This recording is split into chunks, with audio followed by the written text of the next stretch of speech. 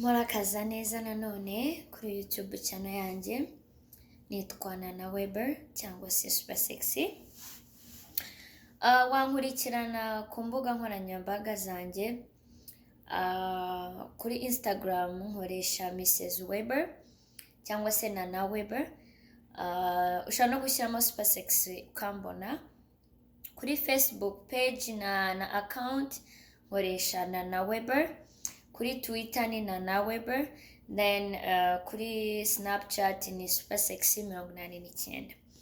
Niba hari ikibazo wifuza kumbaza, niba hari icyo wifuza kumenyaho, wanyandikira cyangwa se ugakomentinga kuri post yanjye iyo ariyo yose, nahangaha kuri YouTube nagusubiza ikibazo cyose waba umfiteho cyangwa se icyo wifuza kumenyaho nka Nana.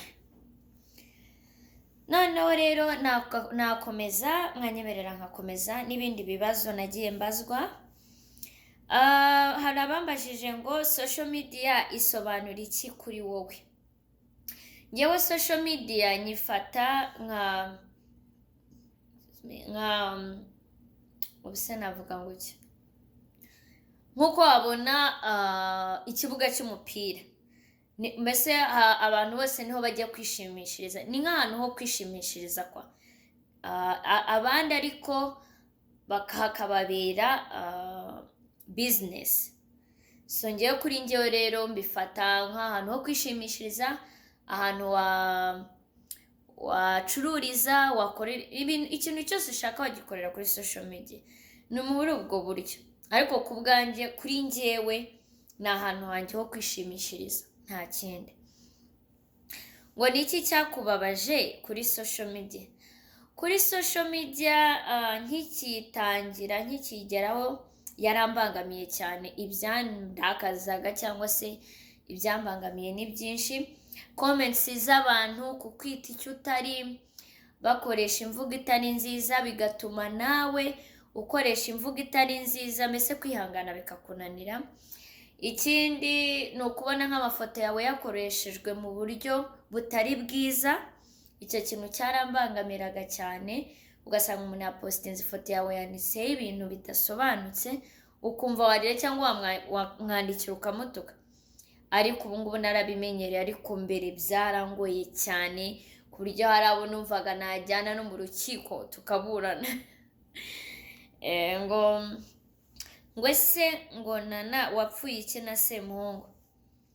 Ngewe na Semuhungu nta kintu twapfuye, just nuko twarekeye aho gukorana bitewe n'ibyari byabaye, murabizi, ariko nta kindi kintu twapfuye.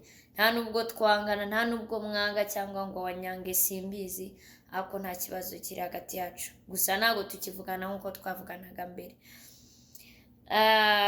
Bari banambajije ngo ese muracyavugana? Ndumva nagishubije.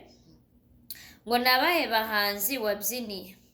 Nabyiniye Urban Boys, mbyinira Knowless, mbyinira Senderi, mbyiniraho na Masamba. Ndumva abo bantu aribo nagiye mfasha kuri stage. Ngo ni uwuhe muhanzi nyarwanda ukunda? Abahanzi nyarwanda nkunda ni benshi, biterwa n'uburyo ukibajijemo. Nkunda, sinzi niba uvuga mu buryo bwo kuririmba cyangwa se nk'inshuti zanjye.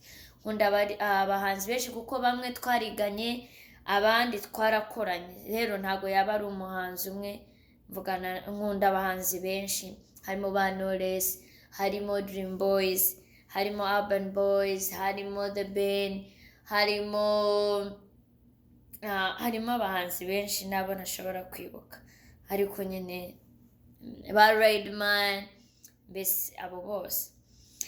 Ngo ni iyihe ndirimbo ukunda cyangwa uharaye muri iyi minsi? Muri iyi minsi mparaye indirimbo za Andy Bumuntu, nizo ndirimbo mparaye cyane mu ndirimbo zo mu Rwanda. Ngo ni iki wicuza mu buzima bwawe? Mu buzima bwanjye nicuze iki? Ni byinshi. Ntabwo umuntu abura ibintu yicuza, kubera ko umuntu akora amakosa menshi akiri umwana. hari amakosa menshi nagiye nkora n'umwana ku buryo niba nicuza niyo ntabikora, nicuza impamvu nakunze umuziki cyane nkajya no kuri stage kuko byarambangamiye, bituma bibangamira n'umuryango wanjye n'inshuti zanjye kandi ntabikoranye umutima mubi. Ngo wumva umwana wawe wazamwemerera gukora nk'ibyo ukora, why not? Mu gihe ngiye mbikora simbikore mu bubi, singire n'ingaruka mbi mbigiramo, nta cyambuza kureka umwana wanjye kwisanzura. Imana impaye umukobwa wundi ukuyeho Rita, umwana wanjye nzamuha liberté totale, nta mpamvu yo kubangamira umwana wanjye, kuko iyo umwana umubangamiye abikora rwihishwa kandi akabikora nabi, ariko yabikoze nkabona ko abikora namugira inama kubera ko mba mbifitemo experience, nkamubwira rero ujye ubikora gutya na gutya, ntukajye ubigenza gutya. Other than that it's okay, nta kibazo gihari kabisa. So mukomeze rero kunkurikirana kuri YouTube channel yanjye Nana Weber, Instagram, Facebook, Twitter, ahantu hose nkoresha Nana Weber.